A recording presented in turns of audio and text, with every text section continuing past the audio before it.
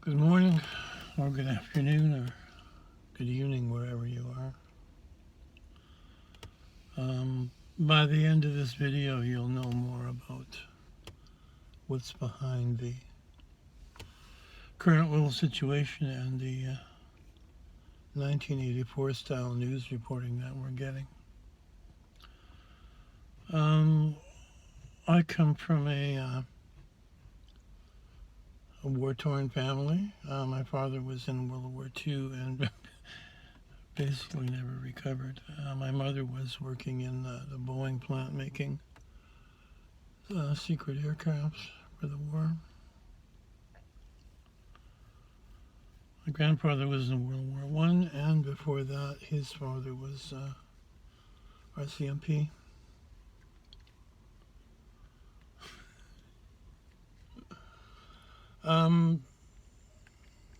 I giggle a lot during these videos because my parents made sure they protected me from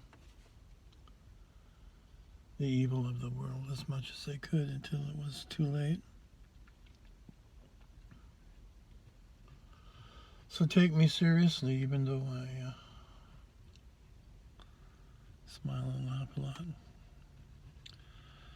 Since I was, I think, 9 years old, I noticed the world was an unhappy place. And I set out to try to change that. How do you like me so far? And here we are.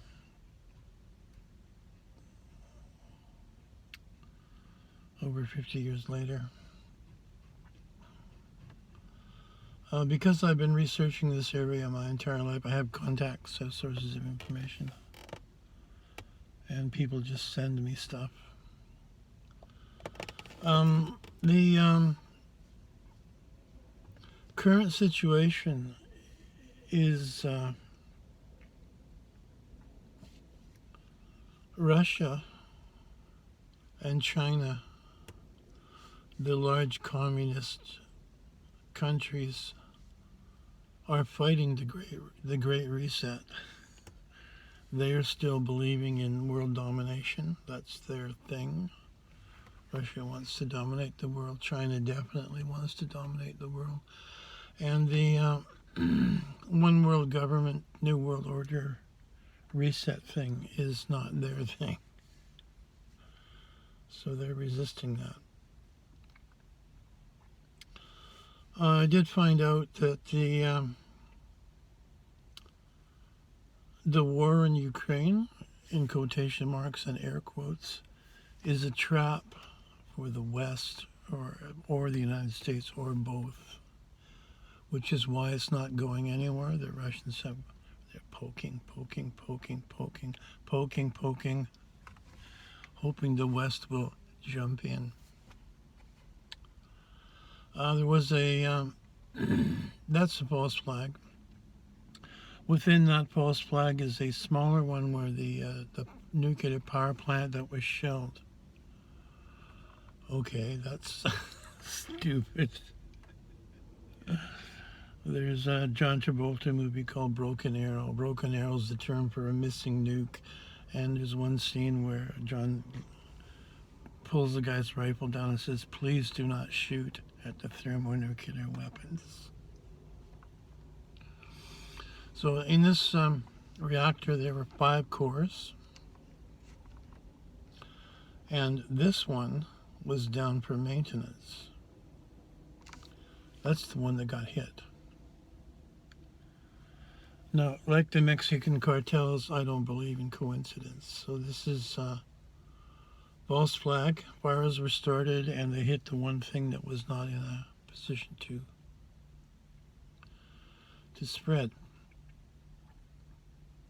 But this is, they're going to blow up the nuclear power station and pollute all of Europe. And this is just a little more push on the emotional heartstrings of the West. Of how can we allow the Russians to just invade another country? And what's really off kilter is we will allow the Russians to invade a country with tanks and rockets and bombs and bullets, but the West is not allowed to go in there and stop it because they're not a member of NATO.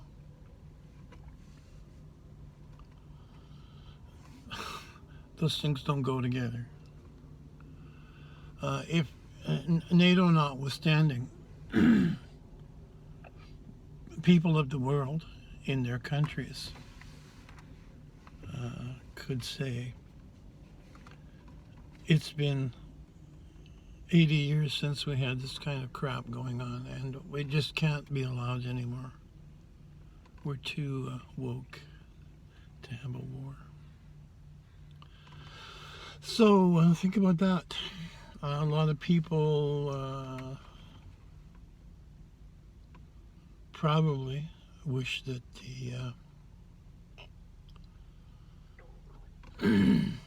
the West, NATO, would go in there and just stop it cold.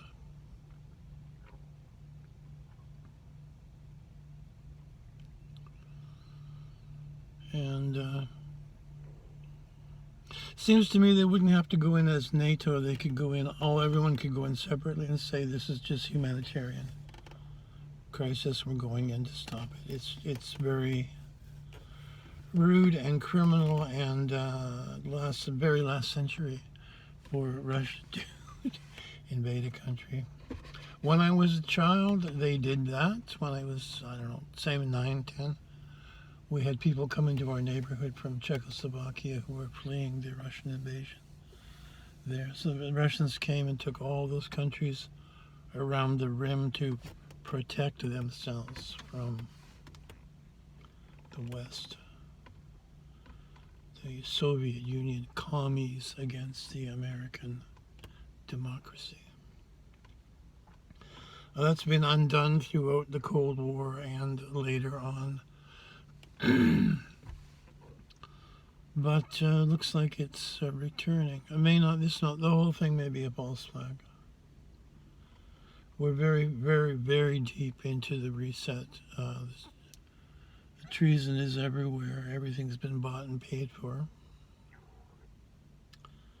And the public is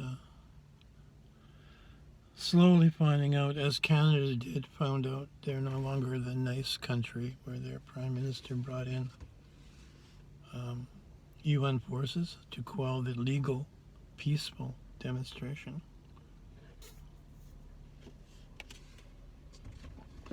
So New Zealand worst, Australia next worst, Canada's number 3. Who's next?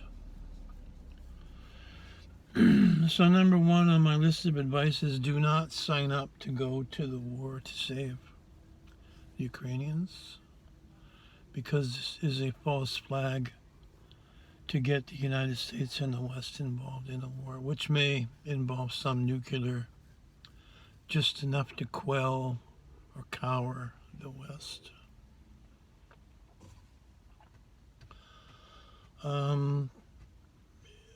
I didn't know this, but Ukraine is just loaded with foodstuffs. They grow a lot of grains and export a lot of grains. They're feeding a lot of people.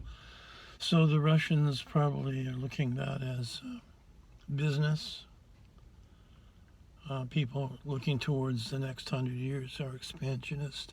In researching this video, I found out that the reason Germany was going into Russia in World War II was to get the oil fields that are not too far into Russia. And another historian said the reason Hitler didn't go to Moscow, take the capital, no, we're going to turn and go south. He was going for the oil fields in the Middle East.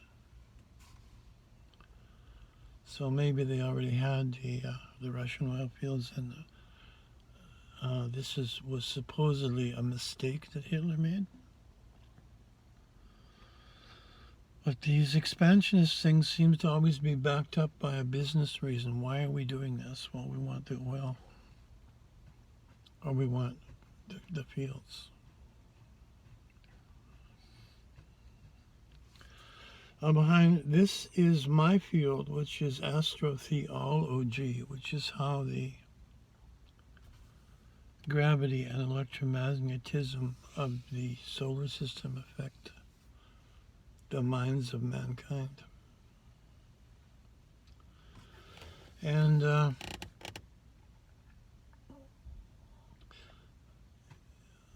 every 400 years, Saturn makes its closest approach to us, and there's always a lot of natural disasters like earthquakes, bad weather, crop failures, plagues of locusts.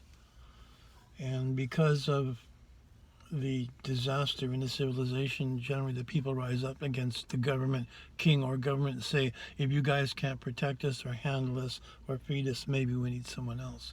So there's also a regime change every 400 or so years. That's part of what's happening now. In researching Hitler, there's two books. One was neutral, and one was sort of neutral halfway through and then against Hitler. But these forces go through, even imagine on the surface of the earth the northern lights playing right on the surface. That's what's happening in the electromagnetic realm. We can't see it, but when the planets get close, there's a disturbance. There's pressure from that. If you've ever seen two magnets, you can bring them close together and suddenly they go. That's what happens when the big alignments happen, which is what's going to happen next year. We're in one of the bigger alignments, which happens every 2,000 years, which usually causes an end of civilization event, not an extinction level event, but worldwide end of civilization. And in Hitler's case, all of that went into the pinnacle of that, or like the lightning rod for all that, was Adolf Hitler. And I think in this case, the lightning rod for all that is Vladimir Putin. And he's one of the last of the big dictators. So hoping he will just stop it is not practical, because the entire solar system and half of the galaxy is flowing through that man to exercise dominance, which is what Saturn brings. It brings out dominance, along with all the other flavorings of the other four gas giants are Jupiter, Neptune, there were three, Uranus. So next year, October 23rd, there's going to be a 4-point conjunction of all those planets. And the only way I can prove this to a astrotheology, to someone who doesn't know about it, is I think everyone knows that near the full moon, people get a little antsy, and the crazies get crazy at that time. The people in the insane asylums say during the full moon, it's just hell around here, because it's affecting people. So the moon is not that, it's about a sixth the size of the Earth. If you took the mass of Jupiter, I don't know, what is that, 1,000 Earths? Saturn, which is gigantic, Neptune, Uranus. There's going to be a lot of pressure. And the lightning rod is Vladimir Putin. And he happens to be sitting of a huge country with a large nuclear arsenal. However, he's being used by the reset people. The power of the United States is being used to do the reset. However, the United States has to be eliminated at the same time. So after 2 years of the pandemic to soften people up and 50 years of bribery destroying the Constitution of the United States, it's the American government is the best government you can buy, and it costs $2.8 million a year to buy it. So 2 years of the pandemic, people are divided between Trumpers, non-Trumpers, maskers, non-Trumpers, black, white, male, female, up, down, sideways. The military is even divided. Divide and conquer is well on the way. Now this border thing, all these people coming in who will be used. They're useful idiots. I don't know what they'll be used for yet. Maybe to breed out the white race. I don't know.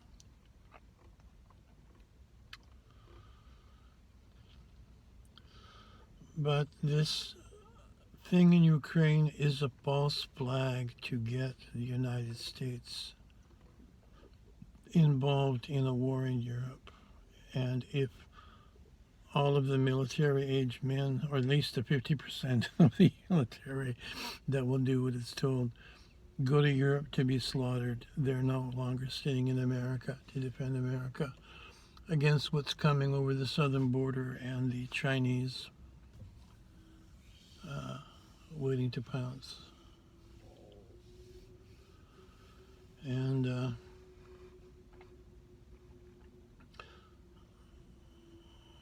there's a backup plan if they don't get the war in Europe, then they need a civil war in the U.S. to bring in the United Nations troops to quell the violence. And you've seen the United Nations troops in Africa helping people, or really helping people. And this has all been assigned for by the big O.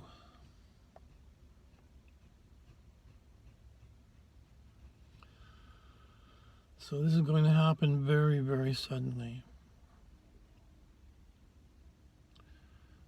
One of the best guys at unraveling this is Glenn Beck. And he's figured out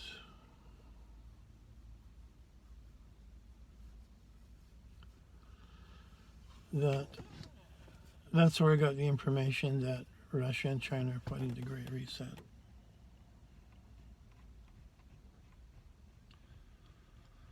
But if you look at if the U.S. goes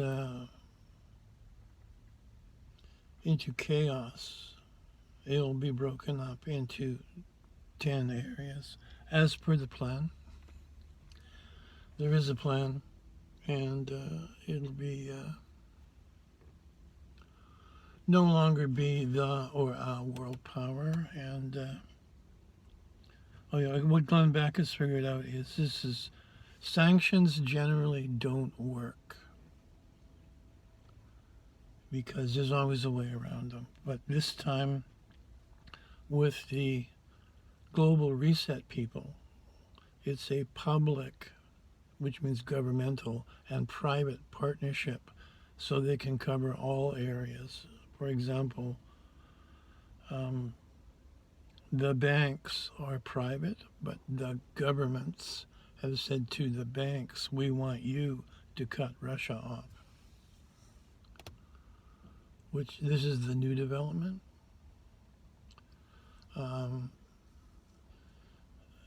There's a lot of yammer from politicians about strong talk, and but the businessmen always find a way around that to keep on making money. And that's part of the ethical problem we have here on planet Earth.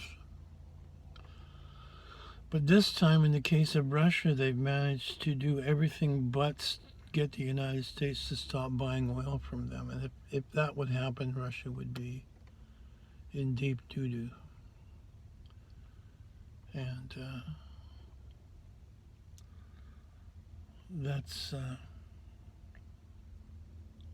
not on the table, but it's on a silver platter about to be served on the table.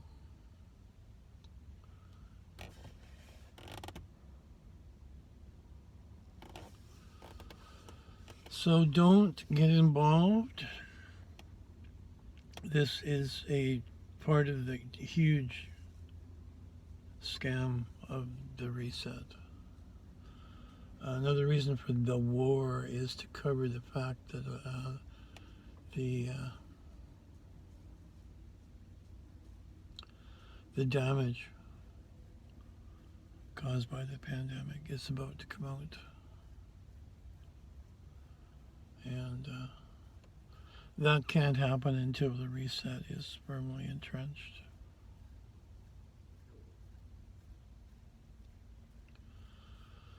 So, as a person or a family, you need to prepare for 2 years of no supplies. You're going to need food, you're going to need water, you're going to need medicine, you're going to need personal protection.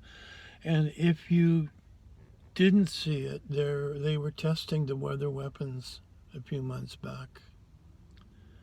And this weather was worse than any natural weather event. The winds were higher, the thunderstorms were more vicious, the hail was bigger, the rain was tremendous, cars were being blown down the street by the wind. And this was tested all the way from Norway down to the Middle East. Actually, had snow and rain in the desert. And the places the videos are from, they had never seen snow. So on top of, so I warned people about this in 2014. World War III, a pandemic, economic collapse, anarchy in the streets, and the worst weather anyone's ever seen. Like the wrath of God end times. And what happens when these conjunctions occur is the crust of the earth pops up here and there, and on this side you get the tsunami, which is thousands of feet high, going 900 miles an hour, washing over continents. You get volcanoes going off and obscuring the skies so crops can't grow. You get lightning starting fires, floods washing away the soil, killing people. This is usually, like, as I've said, the end of worldwide civilization. On top of that, if it's being done enhanced with weather weapons like the HARP system to make the weather even worse, then it'll be the end of what we have now. And the people running this have underground bunkers that they'll be hiding in, and after it's over, they'll come out and help us rebuild, and we'll be grateful. We'll have nothing and be grateful, as Joe says. So that's the plan, and you have a year and a half to get ready. You should get ready tomorrow. Sell your car. Get a 10-speed or a moped so you can pick up groceries, if any, and spend that money on storable food, storable water, alternate sources of heat and light, maybe get into some solar panels. Make covers for your windows. And do it quietly so your starving neighbors won't come over and bang on your door when SHTF happens.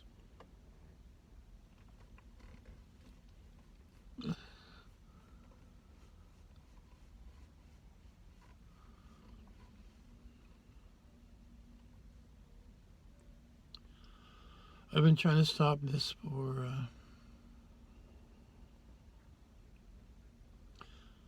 70 years.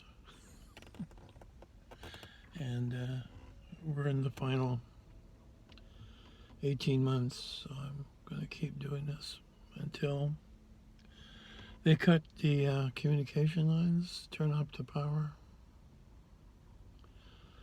That's another thing. You'll be doing this without heat, light, water, internet, phone. You're going to be isolated. So you need to package yourselves up for survival. If you can get out of the city, move to that country cottage, or relatives who live in podunk, do it. As you can see, prices are rising. Food's up 30 to 50%. Gasoline's at $6 to $8 a gallon. It's probably going to go to $16 a gallon.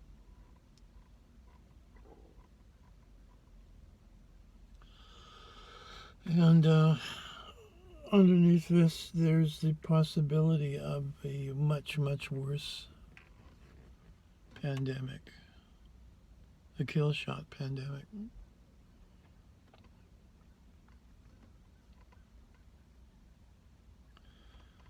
If you notice, pandemic news has disappeared from the airwaves, and all we have is the war.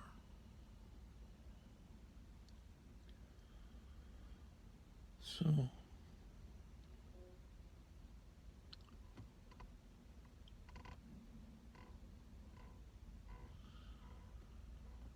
the smart man learns from experience. The wise man learns from other people's experience.